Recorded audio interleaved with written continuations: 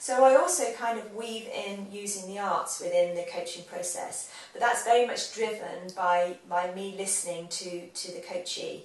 So for example, I was working with a young athlete that had lost her confidence, particularly in a competition setting, and so I also learned through the coaching process that she was also very artistic. So I used that knowledge of her and her creativity to then kind of look at confidence, but look at it through a kind of creative forum. So we then did some pieces of art around how she felt at the moment and what confidence might look like when it was at a really high level.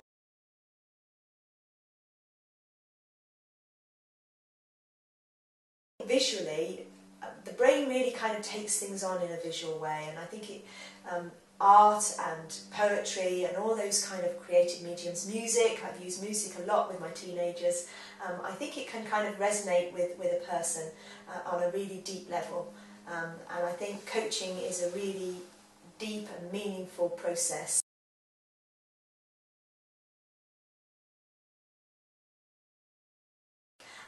And for that young athlete, that was a real catalyst for her, that was a real moment of change, because kind of visualising it and feeling it through the process of creating that image was really powerful.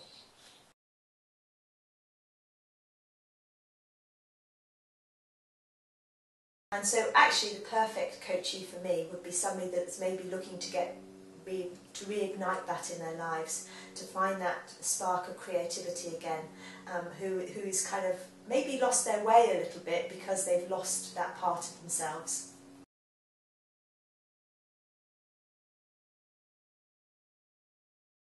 I also love working with teenagers. It's such a powerful time in somebody's life. And it's such a time of change and transformation, and there's such energy around teenagers. I love working with teenagers.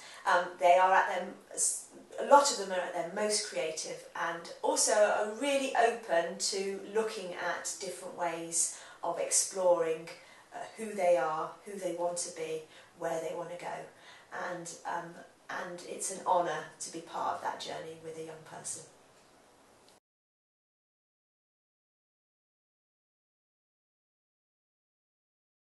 My website kind of grew out of my name, and my name grew out of kind of the coaching part of the coaching process. So we had to do, as our kind of final piece of work, it was very much more sort of introspective.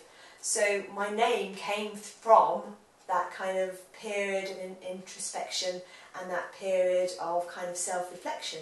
So harnessing creativity came from that process, and it was the name that then kind of created my logo around it, which is kind of a horse's head with a kind of flowing vine.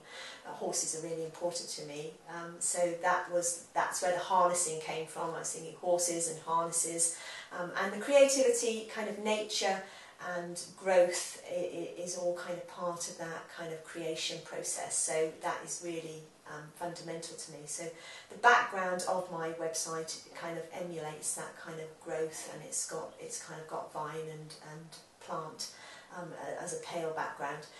And then the website sort of grew organically, and it's actually now reached a stage where it needs to grow and change again, because I think the people that I'm working with need to be more reflected now in my website. So it's about to undergo another change, which has been part of the kind of organic way in which my business has grown, and the way in which the directions have kind of changed. So yeah.